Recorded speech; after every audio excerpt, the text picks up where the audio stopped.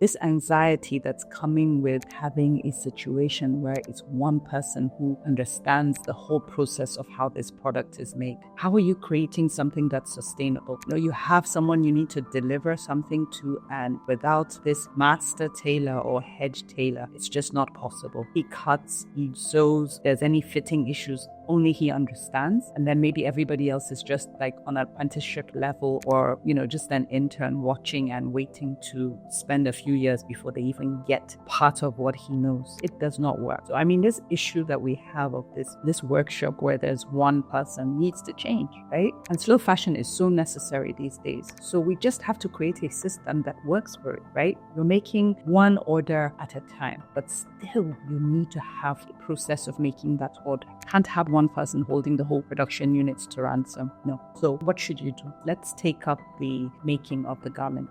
The typical average business in our setting has a case of when the client has made an order, maybe you draw it, maybe an illustrator has drawn up an image based on the final decision, and that's what you end up showing this cutter or this tailor, right? First, they'll tell you whether it's possible or not. Then they'll decide when it gets cut. They'll tell you how long it will take and whatever, right? Now, that first step is a whole step that can be multiplied into many different bits. When you receive, you document all the details of this finished garment. If you're creating it you have the pattern maker do it, you have a tech pack made, you have fittings, whatever your process is, that first part where everything is put down, right? So we've put it down. Next step, who cuts? Obviously, the person who probably made the sample pattern might be the one who cuts, right? But, even this thing with patterns, everyone is only embracing it now. But having the cut on a piece of paper is mandatory at this stage. Nobody needs to tell you now that if you don't have a reference to the garments that you make,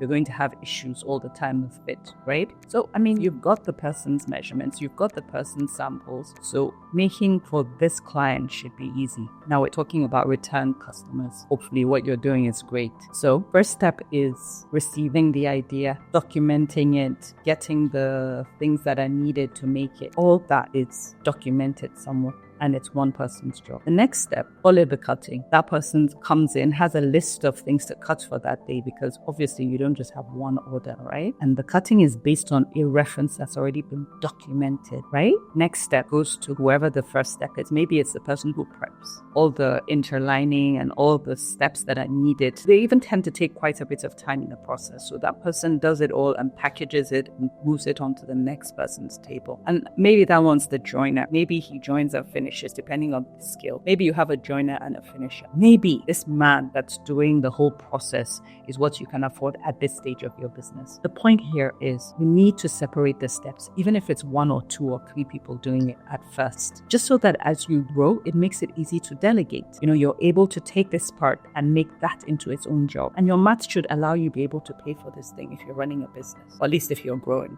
right? I know a lot of us start off just on our own, but that's how you know. That's one of the advantages of knowing the work, because you know how it can get broken down into steps. Once a business has become what it needs to become to start hiring and filling in roles, you know down to the T what's needed, and you know their jobs because you created it, right? To make the long story short, what we're saying here is the more structure you build, the more freedom you will have, which then equals self-care, which is what we're talking about today, right? I need you to put some of these things in place so you're able to take care of yourself mentally, no more anxiety, put something in place that helps you out of this particular situation right now.